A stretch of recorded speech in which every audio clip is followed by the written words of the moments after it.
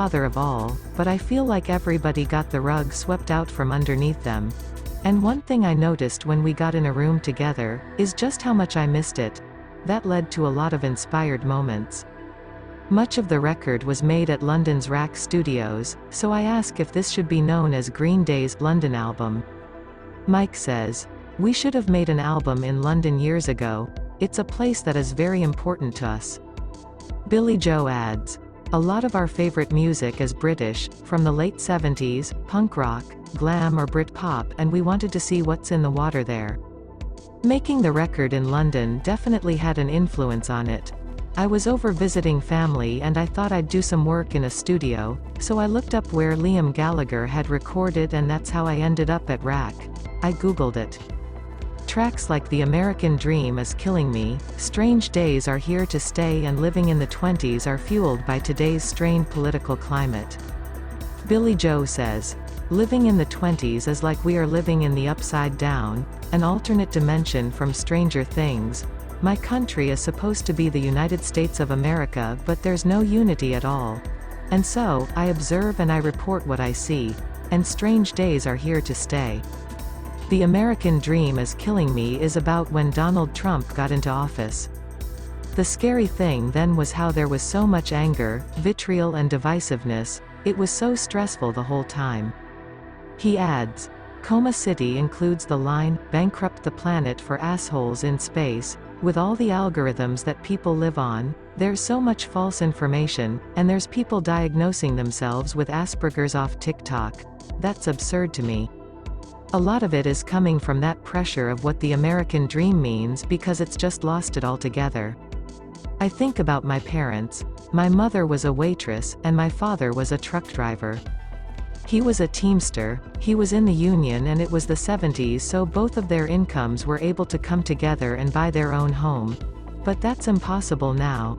Not in California, for sure. It's one of the reasons why we have such a bad homeless crisis as homes are unaffordable."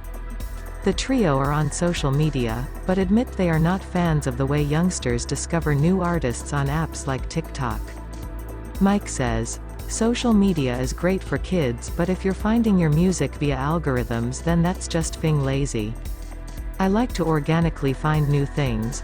All I can say is just F************************************ clear your search history to find new S*********.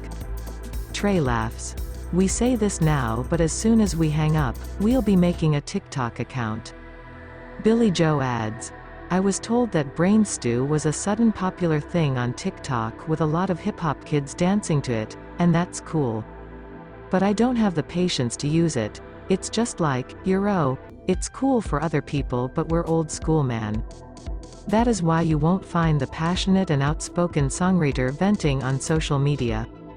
Billie Joe says, "My opinions are always in my songs. I don't like to tweet or Instagram about politics, because you're contributing to insane people who are just bitching, arguing and taking sides. So I write about it in my songs." It's funny, as on New Year's Eve, we played American Idiot on Dick Clark's New Year's Rockin' Eve show, and we changed Redneck Agenda to MAGA Agenda, Trump's Make America Great Again slogan. Well, I woke up the next morning to people saying, F*** ing blah blah, I can't believe he said it, or, it's so awesome, which was crazy.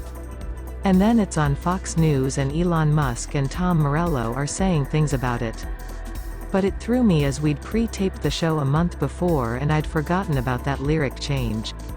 On actual New Year's Eve, we were in our cover band, the Cover-Ups, raising money for a chimpanzee sanctuary, so I was like, "Hey, what are you talking about? I was raising money for chimps." Mike laughs. We were making money for chimps and calling out chumps. Dilemma and Goodnight Adeline are two of the more personal songs on Saviors. I always try to invest in the vulnerable side of living my life. And those challenges, admits Billie Joe. I was sober for several years, and then I had a bit of fear of missing out, so I started drinking again. And I wrote a little of that song dealing with that hangover, and the struggle of once I start, I can't stop. I saw my doctor and saw blood work come back that said, "You're not as healthy as you should be. Your liver is not being good to you." I was like, alright, that's enough for me, so I didn't do any kind of program, I just stopped. A song to sing in an English stadium. I surrounded myself with great friends who also don't drink, and I try not to make a big deal of it because I'm not telling people what to do. For me, it just didn't work anymore.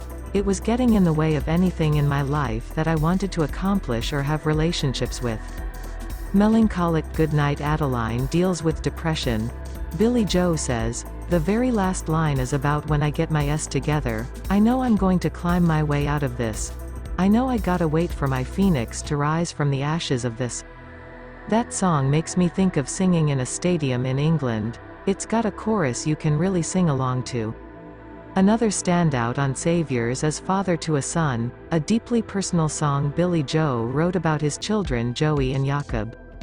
That song is heavy, he admits. "I was only 22 years old when I became a dad, and time has passed, and they've become the young men that they are now.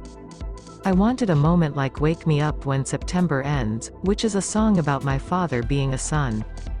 But the other side of the coin is me being a father to my sons and hoping that I did something good. I'm saying I'm going to ride shotgun as close to my sons as I possibly can, to try to do the best I can. And thankfully, I have a really, really, good relationship with both." Green Day's Saviors tour kicks off in Spain in May before making its way to the UK in June, where they will play Manchester, Glasgow and London's Wembley Stadium, as well as a headline slot at the Isle of Wight Festival. "The whole tour is just one big show," says Trey. "We're going to do Dookie and American Idiot. Dookie is only 27 minutes in total. There's a lot of songs to play," says Billie Joe. "We're going to just rehearse and see what happens. That's what we always do. And then, I'll write out a list. That's what happened last time. We wanted to play Rock and Roll All Night by Kiss, so we did." In November, the trio played a surprise gig in a pub in central London. "It was one of the funniest moments we've ever had playing live," says Billie Joe. "I've never seen so many people having so much fun. Everyone was dancing and the bartenders were dancing on the bar, and people were also lined up outside singing. To me, that's the spirit of what we do. I mean, we are still our high school band. That's how we got together, as me and Mike have known each other since we were 10. But we are excited about the tour and playing these songs for the first time. And for some kids, this will be their first Green Day concert. I've seen, pictures on Instagram of kids at Christmas with tickets from their parents." Trey adds, That's a pretty cool parenting move. That's something we never get tired of. Seeing people excited about our shows is still pretty cool.